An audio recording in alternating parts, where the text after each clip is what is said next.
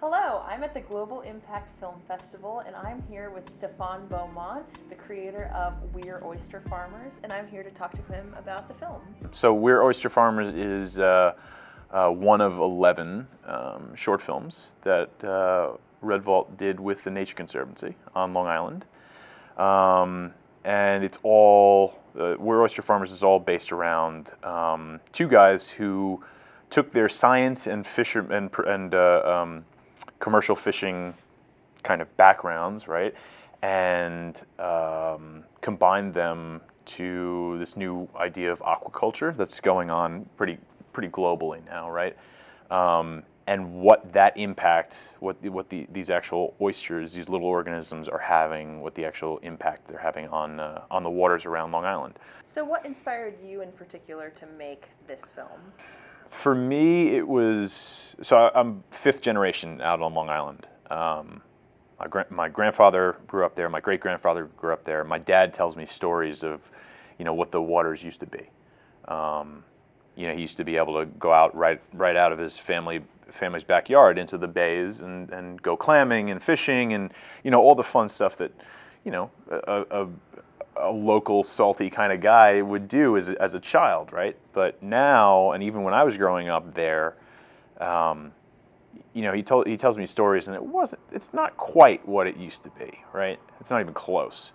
So Farah asked a question. She says, what do you want people to take away? And I turned to the room and I said, how many people know where their human waste goes after it goes down the toilet? I was like, is everything sewered here? No one knows. No one knows. On Long Island alone, all of our septic systems, right? All of our, areas where our, waste goes, it's all septic, right? Septic. It's not sewered, it's septic. And the difference is sewered is treated and then it's dumped out in the ocean, which is not great either. But what we have on Long Island, it's all septic, so it basically goes in the ground. And that's fine. But the technology that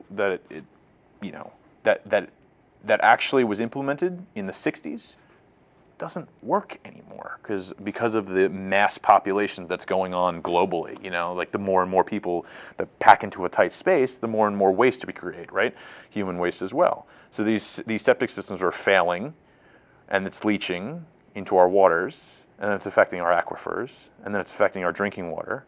And then we have things like these massive algae blooms that go on in Florida, and people go, "Oh my God, why is this water, this toxic green sludge from Ghostbusters?"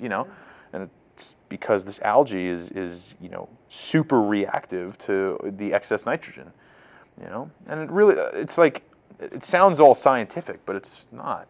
Go take a walk to the beach when you get close to salt water and go and just look out at that blue expanse and go, wow, that's a huge body of water, but now we're seeing issues very close to home and we're affecting this. Oh my God, yeah. This is causing me to think a little bit more about this because I didn't even know, you asked that question and I don't even know the answer. Right. I don't know the answer. I think maybe I learned about it a long time ago, right, in school. It's out of sight, out of mind, right? It's not something you deal with every day. Even though it's really an everyday problem. It's an everyday problem, everyday process. Yeah. Where can we see your stuff online?